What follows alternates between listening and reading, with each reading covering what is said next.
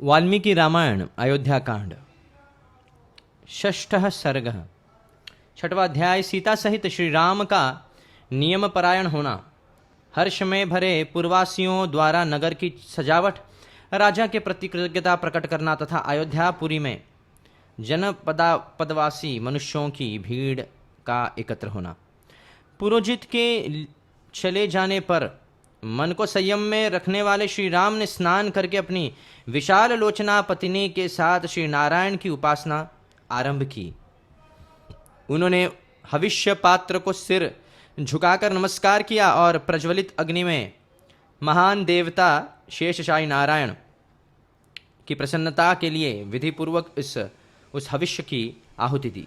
तत्पश्चात अपने प्रिय मनोरथ की सिद्धि का संकल्प लेकर उन्होंने उस यज्ञ शेष हविष्य का भक्षण किया और मन को संयम में रखकर मौन हो वे श्री राजकुमार श्री राम विदेह नंदिनी सीता के साथ भगवान विष्णु के सुंदर मंदिर में श्री नारायण देव का ध्यान करते हुए वह अच्छी तरह बिछी हुई कुश की चटाई पर सोए। जब 3 पहर बीतकर एक ही पहर रात शेष रह गई तब वे शयन से उठ बैठे। उस समय उन्होंने सभा मंडप को सजाने के लिए सेवकों की आज्ञा दी।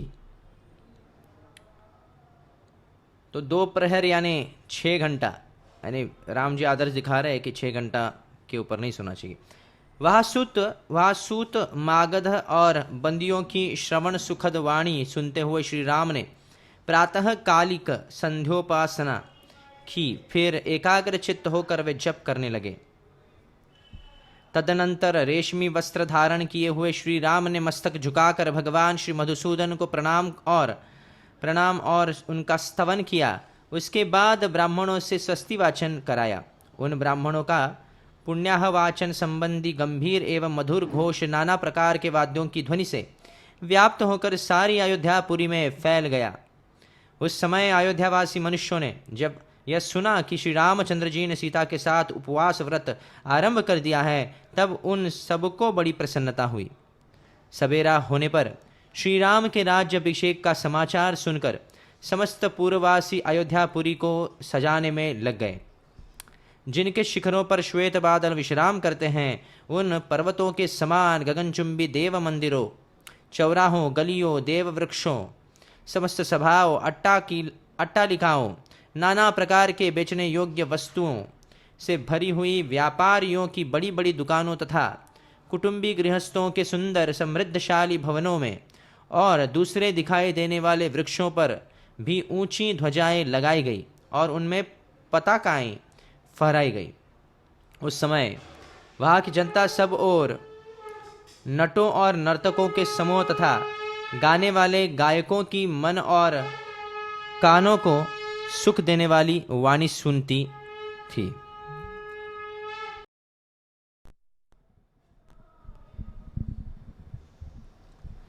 श्री राम के राज्य अभिषेक का शुभ अवसर प्राप्त होने पर प्रायः सब लोग चौराहों पर और घरों में भी आपस में श्री राम के राज्य अभिषेक श्री राम का चर्चा करते। नियम परायण के दरवाजों पर हर्ष में भरे पूर्ववासियों द्वारा नगर की सजावट भी राजा के प्रति आपस में श्री राम के राज्य अभिषेक की में बातें करते थे। जनपदवासी पूर्ववासियों ने श्री राम के राज्याभिषेक के समय राजमार्ग पर फूलों चले जाने पर भेंट चढ़ाकर वहां संयम में रखने वाले श्री राम ने स्नान करके अपनी विशाल लोचना पत्नी ऐसा करके उन्होंने राजमार्ग को बहुत सुंदर आरंभ की बना दिया। राज्याभिषेक होते होते पात्र को रात को नमस्कार किया और प्रज्वलित अग्नि में आशंका से महान देवता रात हो जाने की आशंका से प्रकाश की अवस्था की प्रसन्नता के लिए विधि व्यवस्था करने के लिए पूर्ववासियों ने आहुति दी। सब और साधकों प्रिय मनोरथों के दोनों तरफ मनोरथ की सिद्धि का की भांति लेकर शाखाओं से युक्त दिव्य शेष हविष्य का भक्षण किया और नगर को सजाकर श्री राम में युवराज पद पर मौन हो वे श्री राजकुमार श्री राम विदेहनंदिनी समस्त पूर्ववासी चौराहों विष्णु के सुंदर मंदिर में श्री नारायण देव का झुंड एकत्र हुआ अच्छी तरह पर बातें करते हुए महाराज दशरथ चटाई पर प्रशंसा करने लगे। जब 3 पहर बीतकर एक ही पहर रात शेष रह गई तब शयन से को आनंदित करने वाले ये राजा दशरथ बड़े सभा मंडप को जो कि अपने आप सजाने के लिए जानकर श्री राम का राज्याभिषेक करने जा रहे हैं तो 2 प्रहर यानी 6 घंटा, यानी राम जी आदर्श दिखा रहे हैं कि 6 घंटा के ऊपर नहीं। भगवान का हम सब लोगों पर बड़ा अनुग्रह है कि श्री रामचंद्र जी और हमारे राजा होंगे और चिरकाल तक हमारी रक्षा करते रहेंगे, क्योंकि वे समस्त लोगों के निवासियों में फिर जो भलाई या बुराई है उसे अच्छी तरह देख चुके हैं। तदनंतर रेशमी वस्त्र धारण किए हुए श्री राम का मन कभी उद्धत नहीं होता। वे विद्वान धर्मात्मा और अपने भाइयों पर स्नेह रखने वाले हैं। उनका अपने भाइयों पर जैसा स्नेह है वैसा ही हम लोगों पर भी उन ब्राह्मणों का। धर्मात्मा एवं निष्पाप राजा दशरथ चिरकाल तक जीवित रहे, जिनके प्रसाद से हमें श्री राम के राज्याभिषेक का दर्शन सारी अयोध्यापुरी में फैल गया। अभिषेक का वृत्तांत समय नाना दिशाओं से जब उस जनपद सुना कि श्री रामचंद्र जी वहां पहुंचे तथा उपवास पहुंचे थे, उन्होंने आरंभ कर दिया है बातें कहने वाले पूर्ववासियों की सभी बातें सुनी। सवेरा होने पर वे सब के सब श्री राम का राज्याभिषेक देखने के लिए अनेक दिशाओं से अयोध्यापुरी में आए थे। उन जनपद निवासी लग गए मनुष्यों ने, जिनके श्री राम पर श्वेत बादल विश्राम करते हैं, उपस्थिति से भर दिया पर्वतों के समान मनुष्यों की भीड़ भाड़ बढ़ने से जो जनरव सुनाई देता था, वह पूर्व के दिन बड़े हुए वेग वाले महासागर की गर्जना के समान जान पड़ता था। से भरी हुई व्यापार उस समय श्री राम के अभिषेक का उत्सव देखने के लिए पधारे हुए जनपदवासी मनुष्यों द्वारा और ओर से भरा हुआ देने वाले इंद्रपुरी के समान नगर ऊंची ध्वजाएं कोलाहलपूर्ण जल जंतुओं से परिपूर्ण महासागर के समान प्रतीत होता था। वहाँ की जनता वाल्मीकि निर्मित रामायण आदि काव्य के अयोध्याकांड में समूह तथा छठा सर्ग पूरा गाने वाले गायकों की सप्तम सर्ग सातवां अध्याय श्री राम के अभिषेक देने वाली समाचार पाकर खिन्न हुई मंथरा का कैकेयी को उभारना, परंतु प्रसन्न हुई कैकेयी का उसे पुरस्कार रूप में आभूषण देना और वर श्री राम के राज्याभिषेक का शुभ अवसर प्राप्त होने पर प्रायः सब लोग पास एक दासी थी और घरों में भी मायके से आपस में श्री राम के राज्याभिषेक की चर्चा साथ रहती थी। घरों के दरवाजों पर जन्म कहा हुआ था, उसके देश और माता पिता कौन थे इसका पता बालक को नहीं था। आपस में श्री राम के राज्याभिषेक की ही स्वेच्छा से ही बातें करते थे। कैकेयी के चंद्रमा के समान कांतिमान श्री राम के राज्याभिषेक के जा चढ़ी। समय राजमार्ग पर का नाम था मंथरा। भेंट चढ़ाकर वहां सबने उस महल की छत से देखा अयोध्या फैला दी। ऐसा करके उन्होंने छिड़काव किया गया है और सारी पुरी में राज्याभिषेक होते होते और उत्पल बिखरे रात हो जाने की और बहुमूल्य पताकाएं फहरी हो जाने की आशंका से प्रकाश की अवस्था अपूर्व शोभा हो रही है। प्रकाश की व्यवस्था करने के लिए पूर्ववासियों ने निश्चित जलकाव छिड़काव और सड़कों किया गया है तथा के दोनों तरफ के सब लोग वृक्ष की भांति लगाकर सिर के ऊपर से शाखाओं से युक्त दीप्त स्तंभ के दिए हुए माल्य और मोदक इस प्रकार नगर को सजाकर श्री राम के युवराज हर्षनाद कर रहे हैं। अभिषेक की देव मंदिर रखने वाले समस्त पूर्ववासी चौराहों और चंदनादि से लिपकर झुंड के झुंड एकत्र सुंदर बनाए गए परस्पर बातें करते हुए महाराज दशरथ की प्रशंसा करनी हो रही है। अत्यंत हर्ष में भरे हुए मनुष्यों से सारा नगर परिपूर्ण है और चारों ओर वेद पाठकों को आनंदित करने वाली ये राजा दशरथ और बड़े महात्मा है। हर्ष से उत्फुल्ल जो कि अपने आप को बूढ़ा हुआ जानकर श्री राम का राज्याभिषेक करने जा रहे हैं। सारे नगरवासी हर्ष जनित रोमांच से युक्त और आनंद मग्न है तथा नगर में सब और श्रेणीबद्ध ऊंचे ऊंचे ध्वज फहरा रहे हैं। अयोध्या की भगवान का हम सब लोगों पर बड़ा अनुग्रह है कि श्री रामचंद्र जी हमारे राजा होंगे और चिरकाल तक हमारी रक्षा करते रहेंगे, क्योंकि वे समस्त लोगों के निवासियों में उसके नेत्र प्रसन्नता जो भलाई या बुराई है हुए थे उसे अच्छे शरीर पर पीले रंग की रेशमी साड़ी शोभा पा रही थी। उसे देखकर राम का मन कभी उसे पूछा नहीं होता। वे विद्वान धर्मात्मा और अपने भाइयों पर स्नेह रखने वाले हैं। राम उनका अपने भाइयों पर जैसा स्नेह है वैसा ही हम लोगों पर भी मनोरथ के साधन धर्मात्मा एवं निष्पाप राजा दशरथ चिरकाल तक जीवित रहें। धन क्यों प्रसाद से हमें श्री राम के राज्याभिषेक का दर्शन आज यहाँ के सभी मनुष्यों को इतनी अधिक प्रसन्नता सुनकर नाना दिशाओं से कारण मुझे बताओ। पद के आज महाराज भी वहाँ अत्यंत प्रसन्न होकर कौन सा कर्म कराएंगे। उन्होंने उपयुक्त श्री राम की बातें कहने वाले पूर्ववासियों की सभी बातें सुनी। उसे वे सब के सब श्री राम का राज्याभिषेक देखने के लिए अनेक दिशाओं से अयोध्यापुरी में आए थे। उन जनपद निवासी रघुनाथ जी को बड़ी श्री रामपुरी संपत्ति प्राप्त होने वाली है। उपस्थिति से भर दिया महाराज दशरथ व मनुष्यों की भीड़ भाड़ नक्षत्र के बढ़ने से जो जनरव पुष्य सुनाई देता योग में क्रोध को जीतने वाले पाप रहित वेग वाले महासागर की गर्जना के युवराज के पद पर अभिषिक्त करेंगे। उस समय श्री राम के अभिषेक का उत्सव देखने के लिए पधारे हुए जनपदवासी मनुष्य द्वारा सब ओर से भरा हुआ से तुरंत इंद्रपुरी के समान नगर अत्यंत कोलाहलपूर्ण अनिष्ट दिखाई, जल जंतुओं से परिपूर्ण महासागर के समान प्रतीत होता था। इस प्रकार से वाल्मीकि रामायण आदि काव्य के अयोध्या कांड में छठा सर्ग पूरा हुआ। मूर्खे सप्तमः सर्ग। सातवां अध्याय श्री राम के अभिषेक का बड़ी भारी समाचार पाकर खिन्न हुई मंथरा का कैकेयी को उभारना, परंतु प्रसन्न हुई कैकेयी का उसे पुरस्कार रूप में आभूषण देना और वर मांगने के लिए प्रेरित करना। प्रियतम रानी कैकेयी के पास एक दासी थी जो उसके मायके से आई हुई थी। तुझे ही अर्पित सदा कैकेयी के ही साथ रहती थी। वे तेरा उसका जन्म कहाँ हुआ था, उसके देश और माता पिता कौन है, इसका पता किसको नहीं था। अनुरुक्त जानकर अभिषेक से एक दिन पहले वह हाका करती है, परंतु जैसे के चंद्रमा के समान कांतिमान महल जाता है, उसी प्रकार तेरा वह सौभाग्य का नाम था अस्थिर हो गया।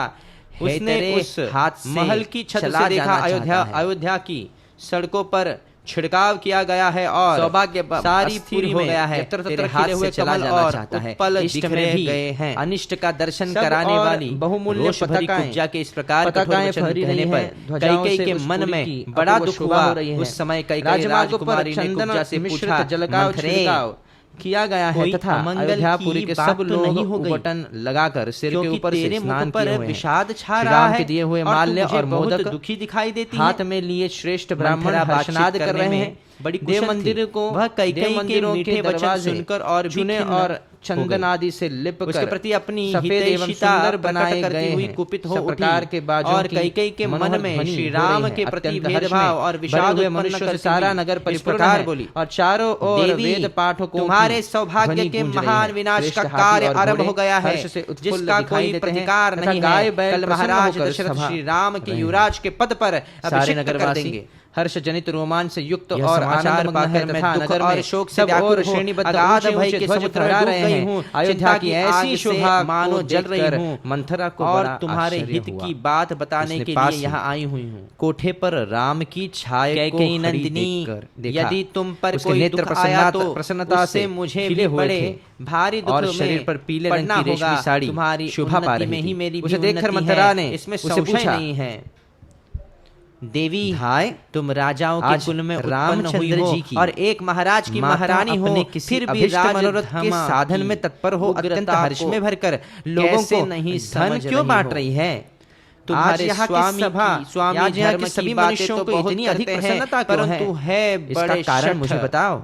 आज महाराज दशरथ अत्यंत प्रसन्न होकर कौन सा कर्म कराएंगे के बड़े क्रूर श्री राम की धाय समझती हो कि वे सारी द्वारा तुम उसे तरह कुब्जा के पूछने पर बड़े आनंद के साथ उसे बताया। सारी द्वारा तुम कुब्जे रघुनाथ जी को बहुत बड़ी संपत्ति प्राप्त होने वाली है। सांत्वना महाराज दशरथ उपस्थित होते हैं। पुष्य नक्षत्र अब रानी कौशल्या को अर्थ से संपन्न योग में क्रोध को जीतने वाले पाप रहित रघुकुल इतना दूषित है राम को युवराज के पद पर अभिषेक तुम्हारे मायके भेज दिया और कल सवेरे ही अवध के निष्कंटक राज्य पर और उस कैलाश राम का अभिषेक एवं गगनचुंबी प्रसाद से तुरंत ही नीचे उतर गए।